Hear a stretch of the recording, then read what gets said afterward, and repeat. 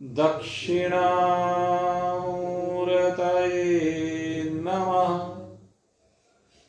ॐ पूर्णमदः पूर्णमिदं पूर्णात् पूर्णमुदच्यते पूर्णस्य पूर्णमादाय पूर्णमेवावशिष्यते।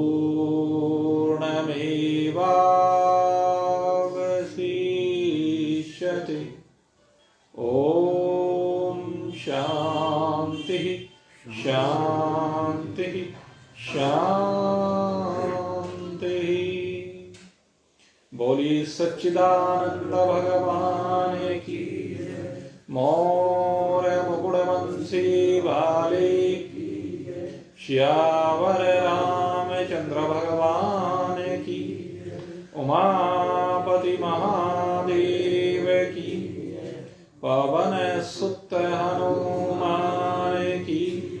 बोलो भाई सब संतन की, बोलो भाई सब भगतन की।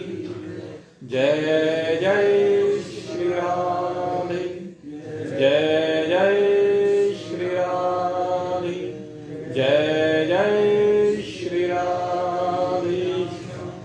बोल सचिया जोता वाली माता तेरी सदा ही जय।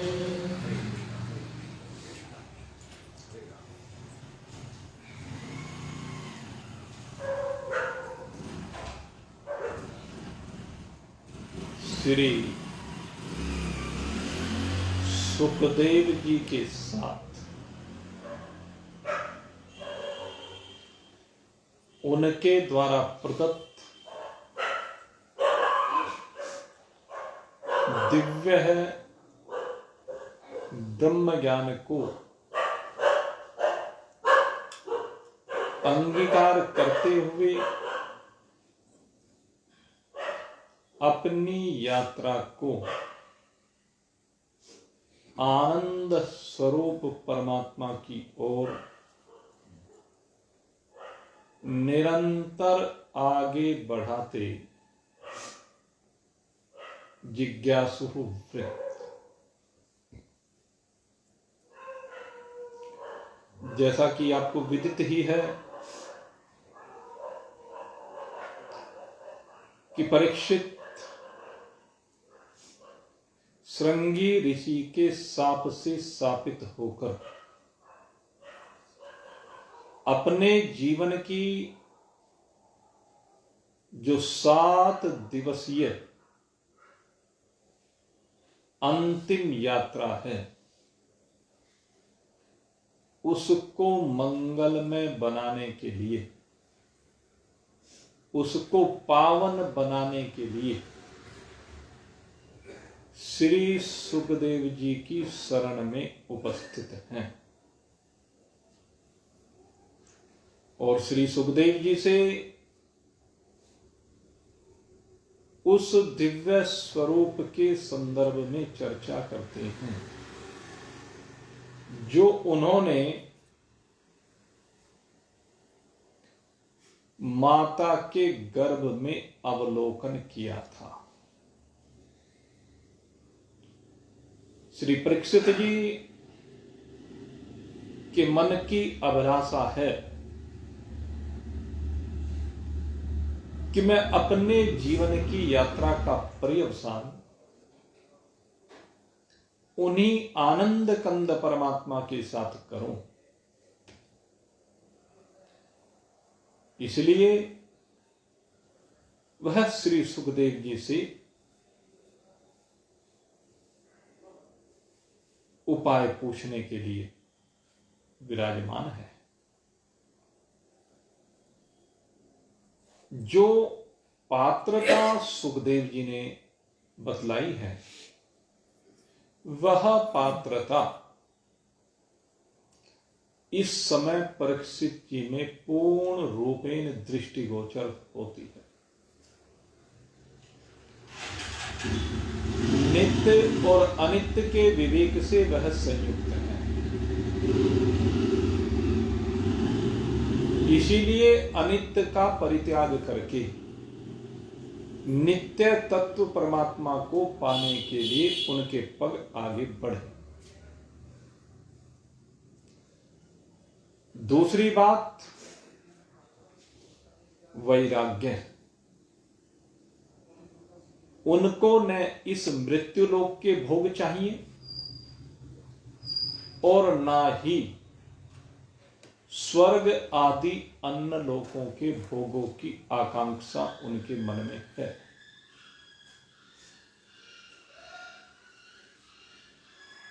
भोगों का तो उनके पास भंडार है, चक्रवर्ती सम्राट हैं, लेकिन चक्रवर्ती सम्राट होने के बाद भी उनकी कोई आकांक्षा नहीं है। और फिर ये जीव जब यहां मृत्युलोक के भोगों से तृप्त नहीं हो पाता तो चाहता है कि मुझे स्वर्ग के सुख मिले,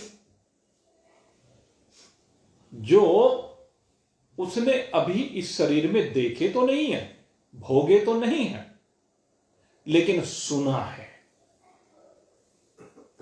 उन सुखों के बारे में कि बुढ़ापा नहीं आता, मनोवांछित पदार्थ की कामना करते ही वो उपलब्ध हो जाते हैं, कल्प वृक्ष के नीचे बैठ करके, नंदनवन है, अप्सराएं हैं, गंधर्वीय गायन है, जो जो कुछ भी उसने सुना है, उन भोगों को वो सोचता है कि शायद स्वर्ग में मिल जाएंगे। लेकिन परीक्षित जी के मन में स्वर्ग की भी कामना नहीं है। परीक्षित जी का मन केवल एक आनंद कंद भगवान में रमा हुआ है। वह भगवान के अतिरिक्त और कुछ भी नहीं चाहते हैं। ऐसे परीक्षित जी, उनके इस भाव से सिद्ध होता है कि वैराग्य भी उनमें कूट कूट कर भरा हुआ, यही लौकिक भी और पारलौकिक भी। अब तीसरी बात आती है षट संपत्ति। परमात्मा प्राप्ति के लिए जो 6 संपत्ति एक साधक के पास होनी चाहिए, वो 6 की 6 संपत्ति इस समय श्री परीक्षित जी के पास हैं। सबसे पहले कहा मन का निग्रह। तो मन इस समय उनका कहीं दूसरी ओर भटक नहीं रहा है।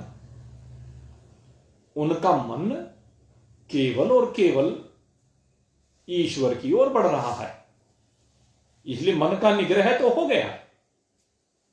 दूसरी बात करें इंद्रियों के निग्रह की,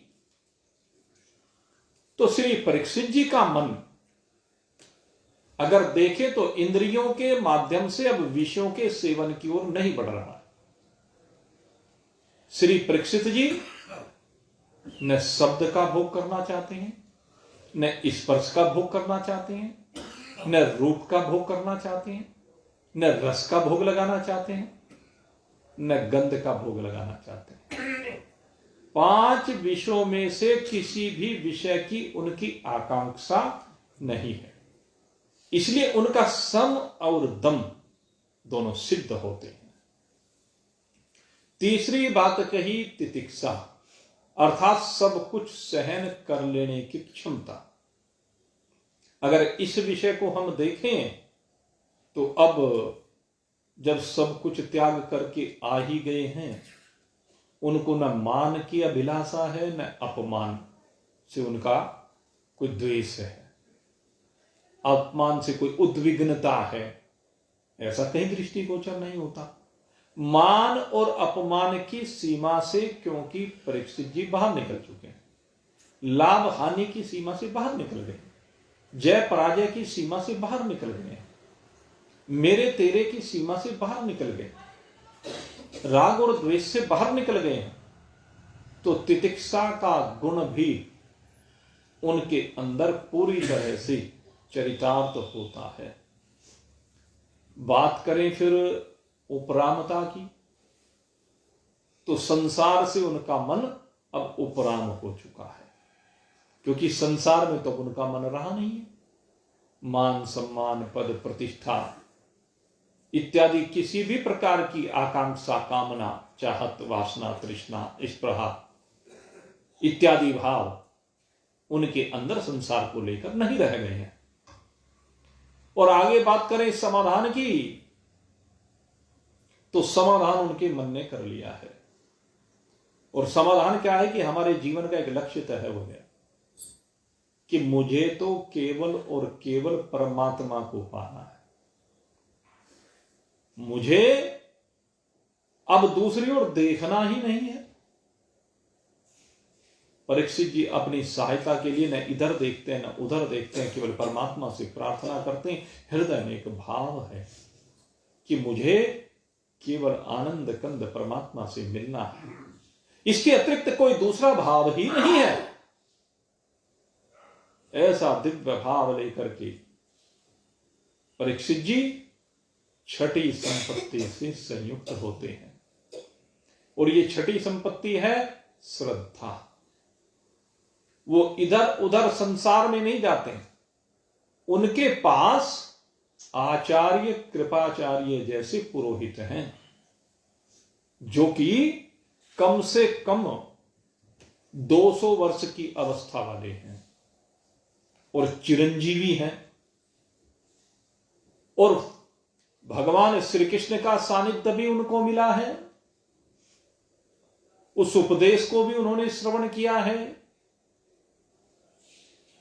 अनेक अनेक महान पुरुषों से उपदेश प्राप्त किया है, लेकिन उस सब के बावजूद भी वो वहां से निकल गए और उन दिव्य महान पुरुषों की शरण में आए। उनको छोड़कर क्यों आए?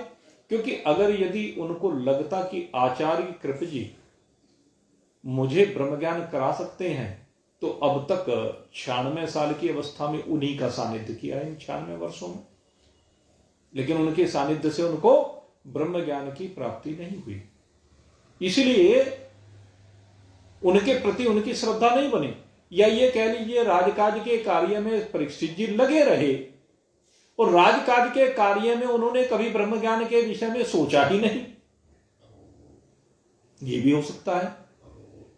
तो उनके मन में आचार्य कृपाचार्य जी के प्रति श्रद्धा उत्पन्न नहीं हुई। उनके मन में भाव आया कि कहीं न कहीं मां भागीरथी के तट पर कोई दिव्य संत मुझे मिले और वो दिव्य संत मुझे 7 दिन में भगवत प्राप्ति कराए। तो उनकी श्रद्धा बनी है गंगा जी के किनारे पर जाकर के किसी महान पुरुष की शरण को प्राप्त करने की। और वो आए, अनेकानेक ऋषि मुनियों से यह प्रश्न किया उन्होंने। जब सुख तीर्थ की पवित्र पावन भूमि पर पहुंचे तो वहां पर अनेकानेक ऋषियों की कुटियां बनी हुई है। पहले गंगा जी के तट पर सभी जगह पर बहुत कुटियां हुआ करती थी और सुख तीर्थ उसमें विशेष रूप से एक प्रसिद्ध स्थल था निकट में, जहां पर ऋषि मुनि रहा करते थे, इसलिए वो सीधे वहीं पर पहुंचे।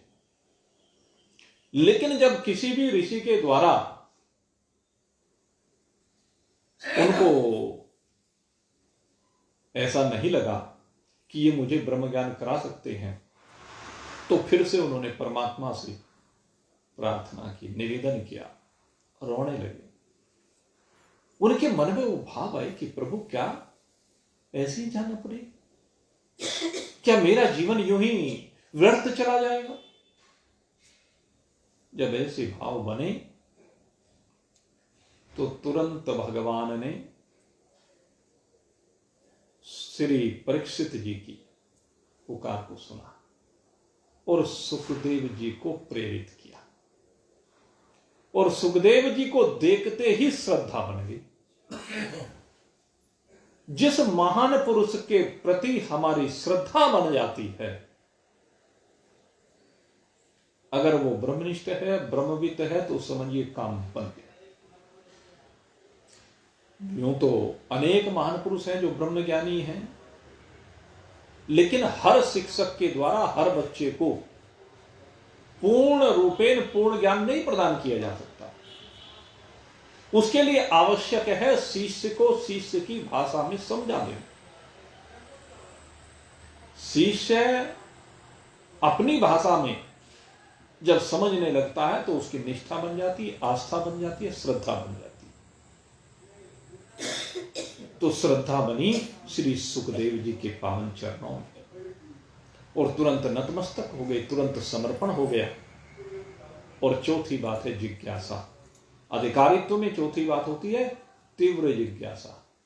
तीव्र जिज्ञासा परीक्षित जी की प्रत्यक्षता दिखाई देती है, और कोई कामना रह ही नहीं गई है परमात्मा के अतिरिक्त। तो इस प्रकार से परीक्षित जी उत्तम अधिकारी हैं, तो सुखदेव जी ने तुरंत उनको भगवत प्राप्ति का उपदेश देना प्रारंभ किया। और भगवत प्राप्ति का उपदेश देते हुए सबसे पहले कहा कि बुद्धि के द्वारा अपनी धारणा को परमात्मा के स्वरूप में निश्चित करो। और उसको निश्चित करने के लिए पहले स्थूल शरीर में अर्थात भगवान के विराट स्वरूप में अपनी आस्था को बनाओ, अपनी समझ को पक्की करो, परमात्मा के स्थूल स्वरूप को पहले समझो। और स्थूल स्वरूप को समझाते हुए उन्होंने संपूर्ण नाम रूपात्मक अनंत कोटि ब्रह्मांडों को समझाया है कि किस प्रकार से ये 14 भुवन परमात्मा के स्थूल शरीर में स्थित हैं, विराट पुरुष में स्थित हैं। 14 के 14 भुवनों को समझाया, उनके देवताओं को समझाया, किस प्रकार से ये जो पर्वत हैं अस्थियां हैं, परमात्मा की अस्थियां पर्वतों की तरह से मजबूत हैं। परमात्मा की जो नाड़ियां हैं वो सारे भुवनों में बहने वाली दिव्य नदियां हैं।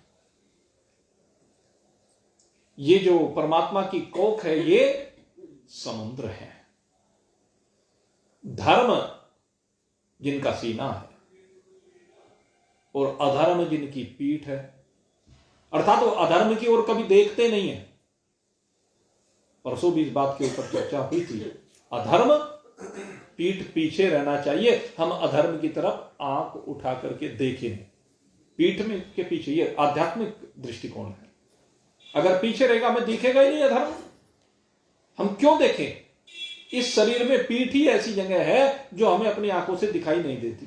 नहीं तो घूमकर फिर करके हम सारी चीजें देख सकते हैं, लेकिन ये पीछे का हिस्सा है पीठ का, ये हमें आंखों से दिखाई नहीं देता। तो इसके पीछे दृष्टिकोण यही है कि हमारी दृष्टि ऐसी हो जाए कि हमें अधर्म कहीं तक भी दूर दूर तक दिखाई ना दे, हम केवल धर्म को देखें। धर्म हमारा सीना, हमारे सामने धर्म रहना चाहिए, हमारा पथ धर्म में होना चाहिए, हमें धर्म के अतिरिक्त और कुछ दिखना नहीं चाहिए। अधर्म से मुख मोड़ लें, ये दिव्य दृष्टिकोण हमें प्रदान किया गया है। और कहा गया भाई जितने भी ये वृक्ष हैं ये परमात्मा के शरीर के रोम हैं।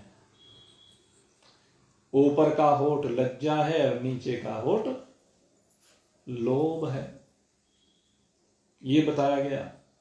प्रजापति उपस्थ है, वायु जिनकी श्वास है, ये जो वायुदेव है सारे जगत में बहने वाला वायु, ये भगवान की श्वास है। और कहते हैं काल जिनकी चाल है, समय की बहती धार है। काल माने समय, निरंतर बहता हुआ समय, यही भगवान का चलना है। काल के साथ साथ गुणों का चक्र चलता रहता है, गुणों के माध्यम से इस शरीर से कर्म होते चले जाते हैं। और कहा कि जो ये बादल हैं ये भगवान के केस हैं, काले काले बादल। और जो ये संध्याकालीन समय होता है, प्रातःकालीन संध्या और सायकालीन संध्या, ये भगवान के वस्त्र हैं। संध्या रूपी वस्त्र भगवान ओढ़ लेते हैं। और जो अव्यक्त मूल प्रकृति है, इसको भगवान का हृदय कहा गया। अव्यक्त प्रकृति, इसको हृदय कहा गया। इसको हम दूसरे शब्दों में कह सकते हैं कि जैसे लक्ष्मी जी हैं, वो भगवान नारायण का हृदय। जैसे गायत्री सावित्री हैं, वो ब्रह्मदेव का हृदय है। जैसे मां गौरी है, वो भगवान शिव का हृदय है। कहते जो भूमिका शरीर में हृदय की होती है, उस शरीर में और किसी की नहीं होती। हृदय सबसे महत्वपूर्ण है। और इस हृदय में कौन बैठा है? कहते मूल प्रकृति बैठी है, भगवान की शक्ति बैठी है। और ये ग्रस्तों के लिए भी उपदेश है। जो पति और पत्नी का नाता है, जब दोनों का संबंध बनाया जाता है पुरोहितों के द्वारा, तो माना जाता है कि पुरुष नारायण स्वरूप है, स्त्री लक्ष्मी स्वरूपा है। और यही मान करके कन्यादान करने से पहले जो पिता होता है लड़की का, माता होती है, वो उस लक्ष्मी को नारायण स्वरूप दूल्हे को समर्पित करती है। और वो कहता है कि मैं इसे अपने हृदय में धारण करता हूं, ये मेरा हृदय है। भाव कहने का क्या कि जिस तरीके से मैं अपने हृदय की सुरक्षा करता हूं, उसी प्रकार से आपकी इस बेटी की सुरक्षा करने का मैं वचन देता हूं, वचनबद्ध होता हूं। और जिन घरों में स्त्री को अपने हृदय के समान सुरक्षित रखा गया है, हृदय के समान उसको प्रेम किया गया है, वो ग्रस्त, ये समझ लीजिए वैकुंठ बन जाता है। वो ग्रस्त वैकुंठ के सदृश होता है। हमारे शास्त्र का विज्ञान बड़ा दिव्य है, इनके इशारे बड़े दिव्य हैं। अगर घर में सुख चाहते हो, समृद्धि चाहते हो, आनंद चाहते हो, तो मेरे मित्रों, ये शिक्षा हमें लेनी चाहिए स्त्री के सम्मान की। जिन घरों में स्त्री का सम्मान होता है, उन घरों में कभी भी किसी भी प्रकार का अभाव नहीं हो सकता। ये बता दूं आपको, क्योंकि आप देखिए, हमें 5 शक्तियां चाहिए और 5 शक्तियां स्त्री रूपा हैं। 5 की 5 शक्ति। सबसे पहली शक्ति हमें क्या चाहिए? ज्ञान शक्ति चाहिए।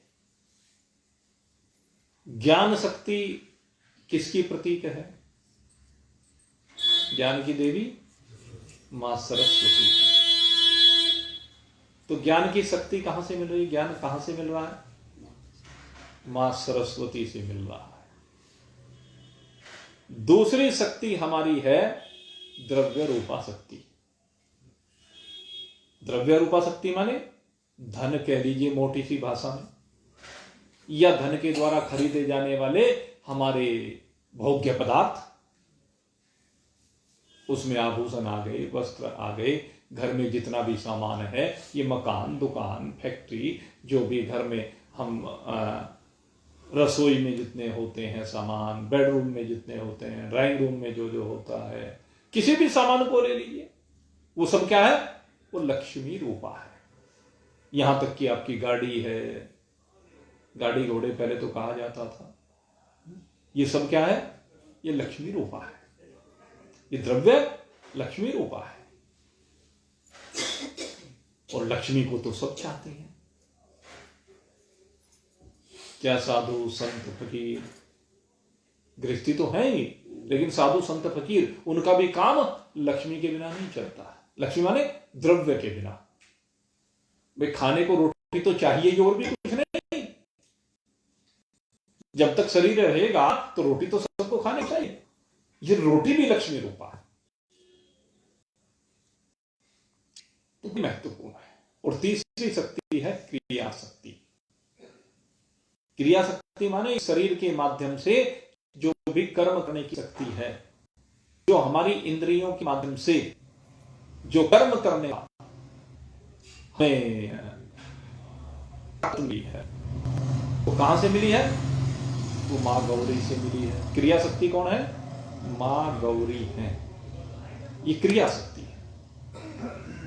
और इसके बाद चौथी शक्ति की बात आती है। हर व्यक्ति तेजस्वी होना चाहता है, सम्मान पाना चाहता है, सूर्य की तरह से अपने प्रकाश को फैलाना चाहता है, अपनी प्रसिद्धि चाहता है, मान सम्मान चाहता है। तो ये शक्ति कहां से मिलती है? तेजोमयी शक्ति से। और वो तेजोमयी शक्ति कौन सी है? वो गायत्री सावित्री है। ब्रह्मदेव की जो धर्मपत्नी गायत्री और सावित्री हैं, वह तेजोमयी शक्ति है। ये तेज उन्हीं से प्राप्त होता है। और इसके बाद का सारी शक्तियों का, जो चारों शक्ति हैं, इन चारों शक्ति का अगर प्रभाव है तो इस पांचवी शक्ति की वजह से है। अगर ये पांचवी शक्ति ना हो तो चारों शक्ति बेकार। और ये पांचवी शक्ति कौन सी है? ये प्राण रूपा शक्ति है।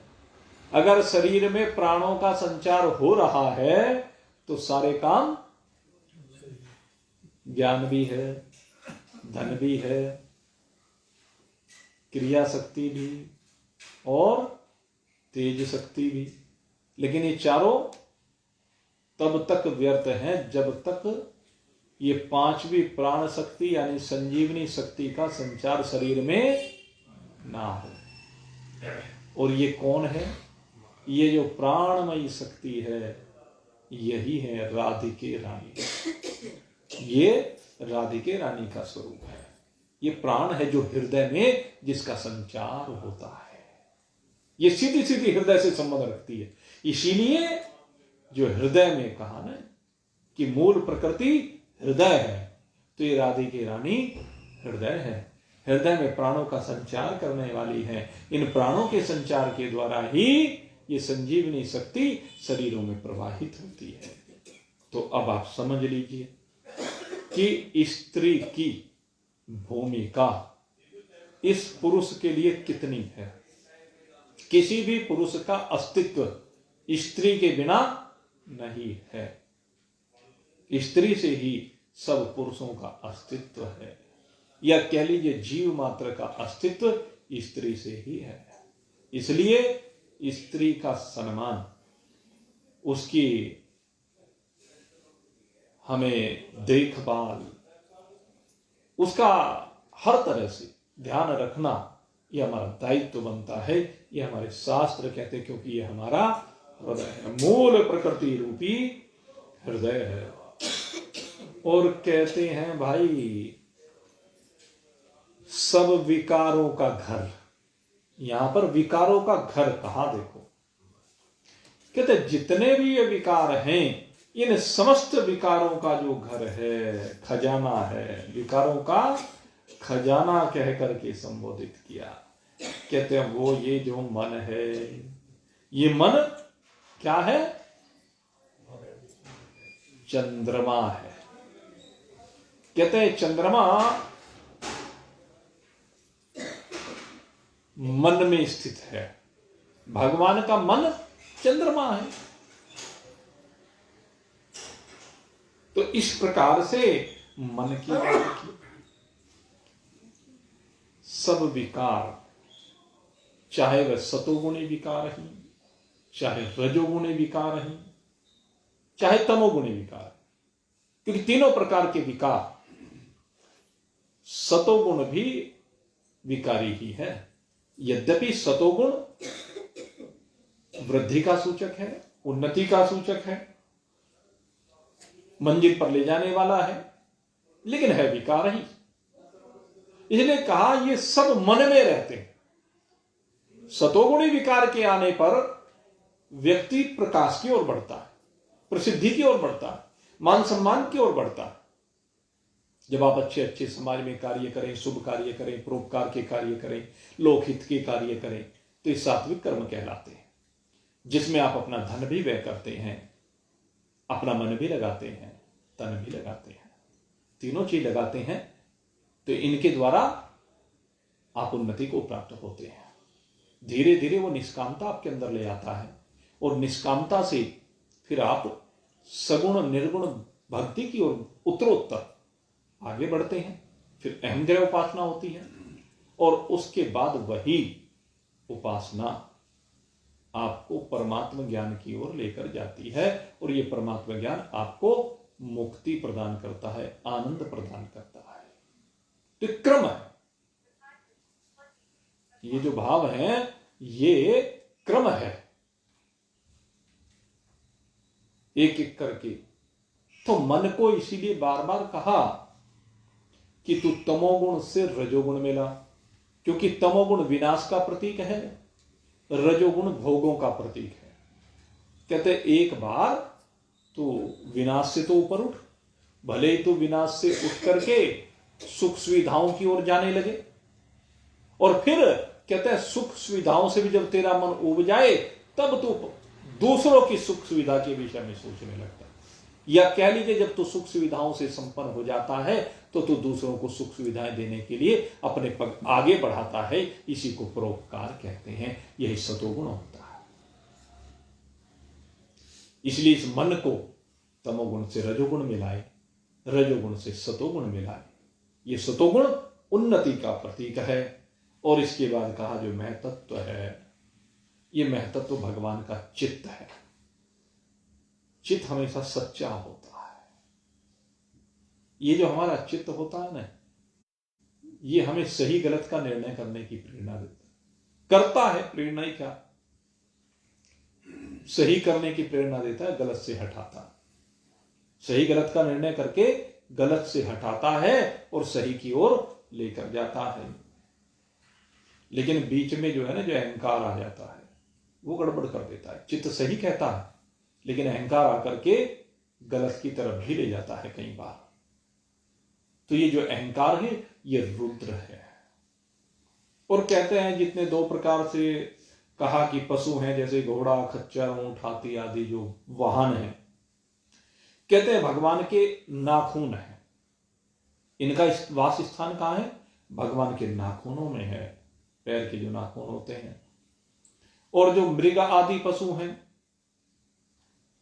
ये इस तरह के पशु जो है वो कहते हैं कटी प्रदेश में रहने वाले हैं भगवान के।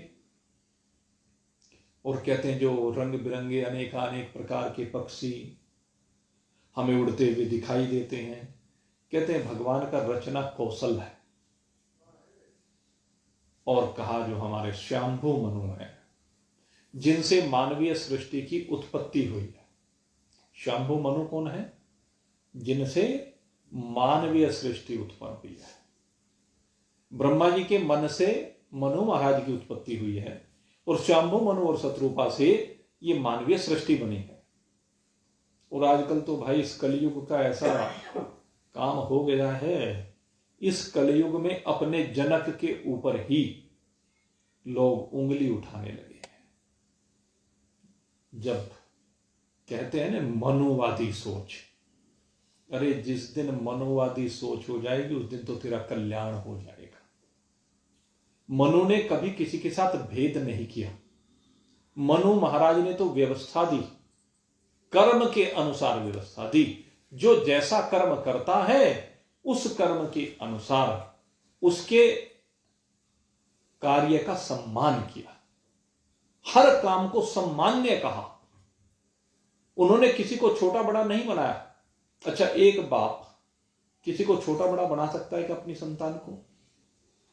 किसी का एक बेटा डॉक्टर बन जाए, एक दुकानदार, एक मजदूर, लेकिन बेटे की नजरों में तीनों के प्रति भाव एक ही रहेगा।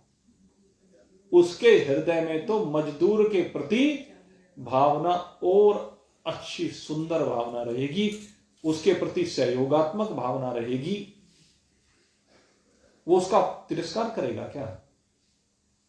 तो हमारे यहां ब्राह्मण, क्षत्रिय, वैश्य, शूद्र, ये तो कर्म के अनुसार विभाजन है, ये ऊंचे नीचे का प्रतीक नहीं है। ये जो गलत धारणा आज बना दी गई कुछ दिशा भ्रमित लोगों के द्वारा, ये राजनीतिक पार्टियों के कुछ नेता, मनुवादी सोच। अरे तुम मनुवादी सोच जानते ही नहीं हो, तुमने मनु को पढ़ा ही नहीं है। हमारे लिए जो मानवीय संविधान बनाया है मनु महाराज ने, वैसा संविधान ये क्या हमारे आज के राजे महाराजा बनाएंगे? अगर उसको अप्लाई कर दें तो सब जगह प्रेम ही प्रेम मिलेगा, किसी भी जीव के बीच में द्वेष का भाव ही नहीं मिलेगा। उस मनोवादी सिद्धांत को जानिए तो सही। और ये हम क्या कहें इस कलयुग में, ये तो नालायक बेटे की बात है जो अपने बाप के ऊपर ही उंगली उठाता। उसको नालायक ना कहें तो और क्या कहें? ऐसे व्यक्ति जो मनु महाराज पर ही उंगली उठाते हैं, इसके मतलब अपने पिता पर ही उंगली उठा रहे हैं, उनको नालायक के अलावा कुछ नहीं कहा जा सकता। इसलिए मेरे मित्रों, अपनी समझ को बनाइए, जानिए मनु महाराज कौन है, मनु महाराज ने क्या किया। और तुम जो सामाजिक परिस्थितियां हैं जो निरंतर परिवर्तनशील हैं, जो सामाजिक कायदे कानून हैं वो निरंतर परिवर्तनशील होते हैं। जैसे जैसे जगत में परिवर्तन होता है वैसे वैसे कायदे कानूनों में भी परिवर्तन होता है। स्वाभाविक है, वो करना ही पड़ता है, व्यवस्थाओं में परिवर्तन करना ही पड़ता है। और जो व्यवस्था करोड़ों साल पहले बनी, उस करोड़ों साल पहले बनी हुई व्यवस्था के ऊपर आज शंभु मनु पता है कब हुए? लगभग 2 अरब वर्ष पूर्व, 2 अरब वर्ष हो गए शंभु मनु को हुए। उनके बाद तो 6 मनु और आ लिए। अब वैवस्वत मनु का काल चल रहा है। 2 अरब वर्ष पहले क्या परिस्थितियां थी संसार की? उस समय संसार का निर्माण हो रहा था, प्रारंभिक समय था। उस समय उन्होंने जो सिद्धांत दिया है, हो सकता है कुछ बातें कोई सामयिक विषय रहा हो, जिस विषय को लेकर के कुछ कहा गया हो और हम उसको आज समझ ना पा रहे हो, किस परिप्रेक्ष्य में कोई बात कही गई है, तो क्या हम उसके ऊपर उंगली उठाएंगे? सती प्रथा एक समय पर समाज में सम्मान का प्रतीक मानी जाती थी, बड़ा सम्मान होता था। लेकिन अब पिछले 100-150 साल में राजा राम मोहन राय आदि हमारे जो महान पुरुष हुए, स्वामी दयानंद जी, ब्रजानंद जी, लाला लाजपत राय जी, इन लोगों ने मिलकर के इस सती प्रथा को अंत करने के लिए कदम उठाए और अब वो व्यवस्था समाप्त हो गई। तो उस समय अच्छा था, आज बुरा है। उसको लेकर के हम आज उनके ऊपर जो सती हो गई, उनके ऊपर आज प्रश्न चिन्ह उठाएं तो ये नालायक ही नहीं तो और क्या है? ठीक है, आज परिवर्तन कर लिया, बहुत अच्छी बात है। जो व्यवस्थाएं गलत थी उनमें परिवर्तन कर लिया, बहुत अच्छी बात है। लेकिन अपने पिताओं पर, अपने बाबाओं पर, अपने पूर्वजों पर उंगली उठाना ये न्यायत गलत है। इस विषय में चिंतन करना चाहिए, हमें समझना चाहिए, हमें अपनी विचारधारा को बदलना चाहिए हमें। तो शंभु मनु ये भगवान की बुद्धि है। भगवान ने तो शंभु मनु को अपनी बुद्धि कहा है। जो भगवान को भी ना माने, क्योंकि ऐसे लोग हैं अब जो भगवान को ही नहीं मानते, वे न सगुण को माने न निर्गुण को माने। आओ, जिनको नहीं मानना है कोई बात नहीं, ना मानो भाई, तुम्हारी अपनी इच्छा है। तुम्हें अपने माता पिता को भी नहीं मानना तो मत मानो, हमारा क्या। उस कर्म का भोग तुम्हें ही भोगना पड़ेगा। ये जो कम्युनिस्ट विचारधारा है ये भगवान को नहीं मानते, ये नास्तिक लोग हैं। भाई वो तुम्हारी इच्छा है, मानो ना मानो, लेकिन किसी के ऊपर उंगली ऐसे ही नहीं उठानी चाहिए। तो स्वयंभू मनु जिनकी बुद्धि है, और कहा इन स्वयंभू मनु की जो संतान है, स्वयंभू मनु की संतान कौन है? कहते हैं मानव मात्र। बहुत बड़ी बात यहां पर कही गई। कहते भगवान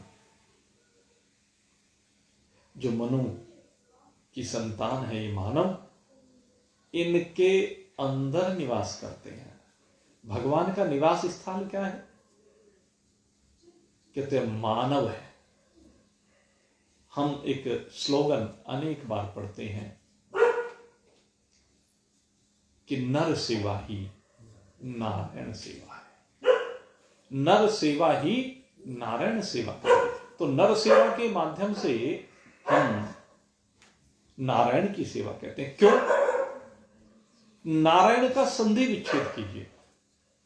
नारायण का संधि विच्छेद करने के बाद आप पाएंगे नर जमा अयन, अर्थात अयन कहते हैं निवास को, अयन कहते हैं घर को, आश्रय स्थल को। तो आश्रय स्थल है जो, रहने का स्थान है जो, वास स्थल है जो, किसका? नरों का। सो नारायण। नर जहां पर रहते हैं,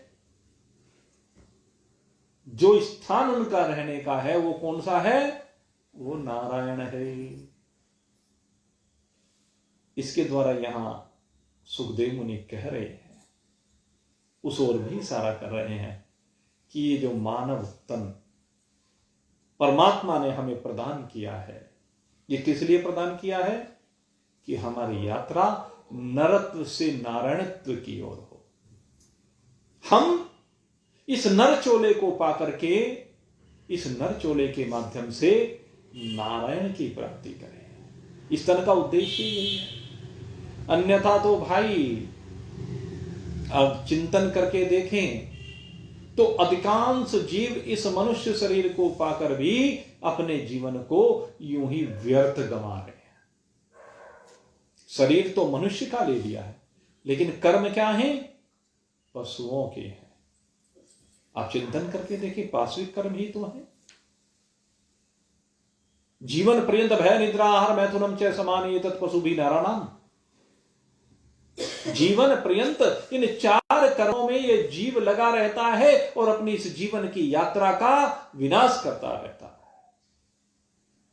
कभी कभी भगवान की कृपा होती है, जब इसे दृष्टि मिलती है, और दृष्टि मिलने पर अपनी यात्रा के प्रयोजन को ये जानता है, और अपनी यात्रा के प्रयोजन को जान करके जब ये उस ओर कदम बढ़ाता है, तब इसे पता चलता है कि कहां तूने अपना सारा जीवन यूं ही व्यर्थ गंवा दिया। परीक्षित कहता, मैंने 96 साल अपने जीवन के यूं ही सुखदेव जी व्यर्थ गंवा दिए। अब मेरे पास केवल 7 दिन का समय बचा है। और परीक्षित जी को कहता है, सुखदेव जी घबरा मत बेटा, जब जाग जाओ तभी सवेरा है, घबरा मत। अब तो तेरी इच्छा है ना, अब तो तू अपने जीवन को बेकार नहीं करना चाहता।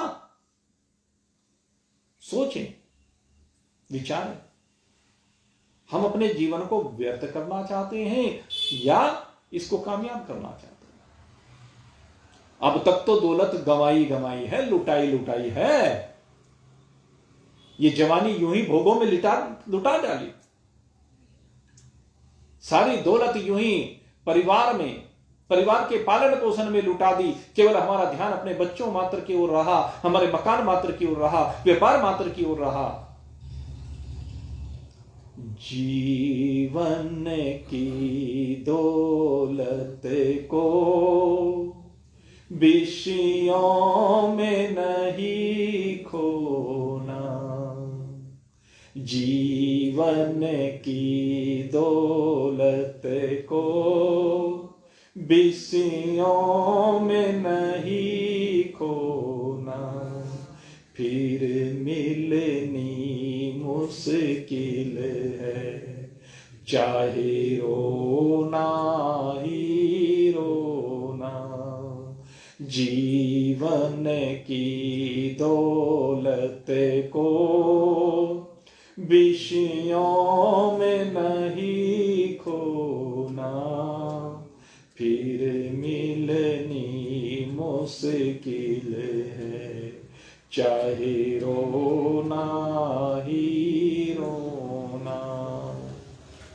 ये जरूरी नहीं कि फिर मिल जाए, क्योंकि अगली बार तो अंतकाल की भावना के अनुसार हो सकता है पशु शरीर में चले जाए, पक्षी में चले जाए, कीट पतंगों में चले जाए, जलचर नभचर थलचर न जाने कहां चले जाए, इस बात का भरोसा तो नहीं। इसलिए जागिए। आदमी कब जागता है? जब अंत समय निकट दिखता है, खिंच खिंच कर प्राण आने लगते हैं। आखिर में खींच खींच कर जब प्राण लबों पर आई, आखिर में खींच खींच कर जब प्राण लबों पर आई, जितने साथी जग के, जितने साथी जग के, कोई न मदद को धाए, जितने साथी जग के, कोई न मदद को धाए, ऊपर को आंखें कर दुनिया से विदा होना, ऊपर को आंखें कर दुनिया से विदा होना, फिर मिलनी मुश्किल है, चाहे रोना ही रोना। कितने रोते रहना, अगर यदि एक बार बुलावा आ गया तो दुनिया की कोई ताकत आपको इस शरीर से जाने से रोक नहीं सकती है, और अब पछताने से कुछ होने वाला नहीं है। इसलिए कहते हैं श्री सुखदेव जी कि हे परीक्षित, तुम्हारा जो निर्णय है, तुम्हारा जो निश्चय है, वो साधुवाद का प्रतीक है कि तुमने अब अंत काल को निकट देख करके अब अपनी दृष्टि को संसार से हटाकर परमात्मा की ओर लगाया है। एक बार दृष्टि अगर तुम्हारी परमात्मामयी बन गई तो फिर संसार में फिर कहीं विचरण करो, दोष नाम की चीज तुम्हारे जीवन में फिर सम्मिलित नहीं हो सकती। दोषों से, पापों से, अधर्म से तुम सदा सदा के लिए दूर हो जाओगे। क्यों? क्योंकि चराचर जगत में एक परमात्मा का अवलोकन करने का अवसर मिलेगा, सब नरों में बैठे हुए नारायण के दर्शन करने का अवसर मिलेगा। और जब नारायण का दर्शन करने लगोगे तो किसका बुरा कर सकते हो? किससे ईर्ष्या करोगे, द्वेष करोगे, किसके साथ धोखा करोगे? मेरे मित्रों, दूसरे के साथ छल तभी हो सकता है जब तुम दूसरा किसी को समझते हो, और जब किसी को दूसरा समझोगे ही नहीं, सबको अपना ही स्वरूप समझोगे, सब में एक परमात्मा का अवलोकन करोगे, तो फिर तो सबसे प्रेम ही प्रेम होगा।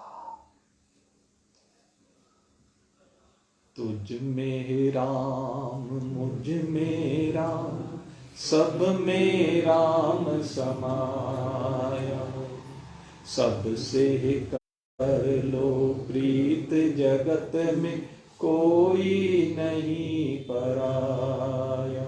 यहां कोई पराया है ही नहीं, किससे बांधो बैर, जगत में कोई नहीं पराया, सबसे कर लो प्रीत, जगत में कोई नहीं पराया। समझने की बात है। तो मेरे मित्रों, ये जो मनुष्य शरीर हमने पाया है, इस मनुष्य शरीर को पाने के पीछे केवल एकमात्र उद्देश्य यही है, बुद्धि तेषाम अधिको विशेष है, इस शरीर में परमात्मा ने जो बुद्धि विशेष रूप से अधिक दी है, अन्य सभी शरीरों से अधिक ये बुद्धि दी है, इसका सदुपयोग करना सीखो, दुरुपयोग मत करो। परिवार का पालन पोषण कीजिए, ये दायित्व है, जिम्मेदारी है आपकी। दायित्व से कभी पीछे मत हटिए। शारीरिक दायित्व होते हैं, पारिवारिक दायित्व होते हैं, सामाजिक दायित्व होते हैं, धार्मिक भी दायित्व होते हैं। इन सबकी सम्यक प्रकार से, सम्यक माने जिस समय जैसी परिस्थितियां हैं, जैसी आवश्यकता है, इन सब का उस प्रकार से अवलोकन करो और इन परिस्थितियों का अवलोकन करके अपनी जिम्मेदारी का पालन उसी प्रकार से करो। अध्यात्म आपको जीवन जीने की शैली सिखाता है। अध्यात्म आपको बताता है कि पूर्णता का जीवन क्या है। जैसे कितना सुंदर विषय आया कि मूल प्रकृति भगवान का हृदय है, इसके ऊपर आज चर्चा की। कितना सुंदर विषय आया कि जो लक्ष्मी है, जो सरस्वती है, जो गौरी है, जो राधिके रानी है, जो गायत्री सावित्री है, वो नारायण का हृदय है, पुरुष का हृदय है स्त्री। हृदय अगर स्त्री को बना लोगे तो आपका गृहस्थ एक बागीचा बन जाएगा, एक उपवन बन जाएगा, जिसमें से ऐसी दिव्य सुगंध का प्रवाह होगा कि आपका परिवार तो सुगंधित होगा ही, आपके परिवार में तो सुगंध रहेगी ही, लेकिन गुलाब की सुगंध को आप केवल अपने घर तक सीमित नहीं रख सकते। वो गुलाब की सुगंध चारों दिशाओं में स्वतः प्रवाहित होने लगेगी। अगर पड़ोसी ने आपके बराबर में बागीचा लगाया है तो उसकी सुगंध आपके पास ना आए, ऐसा हो नहीं सकता। पड़ोसी जब हलवा बनाता है तो उस हलवे की सुगंध अपने आप ही आपको अनुभूत होने लगती है, और पड़ोसी अगर लहसुन पाक बनाता है तो उसकी दुर्गंध से आपका जीना भी हराम हो जाता है। तो यह हमें सोचना है कि सोने का पात्र दिया है परमात्मा ने, हिरण्यमय पात्रेण सत्य सुपाहित। वेद भगवान कहते हैं ये सोने का पात्र है, इस सोने के पात्र में हमें लहसुन पाक बनाना है या इसमें हलवा बनाना है। हलवा बनाओगे तो सारा जगत सुख की अनुभूति करेगा, और लहसुन पाक बनाओगे तो सब दुख की अनुभूति करेंगे। अब ये हमें निर्णय करना है कि हमें अपने जीवन को किस दिशा में लेकर जाना है, हमें अपने जीवन में क्या करना है। अपने जीवन का एक निश्चित उद्देश्य बनाइए, और उद्देश्य केवल एक ही है, मानव शरीर को पाकर के इसमें नारायण की प्राप्ति करनी है, उस परमात्मा की प्राप्ति करनी है, जिसके प्राप्त कर लेने के बाद जीवन के समस्त दुखों की कारण सहित सदा सदा के लिए निवृत्ति होकर के परमानंद की प्राप्ति हो जाती है, असीम सुख की प्राप्ति हो जाती है, अनंत कोटि ब्रह्मांड नायक परमात्मा देव अपने हो जाते हैं। तो हम आप सबके लिए भगवान से यही प्रार्थना करते हैं कि आप इस दिव्य पथ पर अग्रसर हों, आप इस मनुष्य शरीर के प्रयोजन को समझें, इस मनुष्य शरीर के प्रयोजन को जान करके अपने जीवन को ऐसी दिशा दें जिसके द्वारा आपका जीवन एक आदर्श जीवन बन जाए।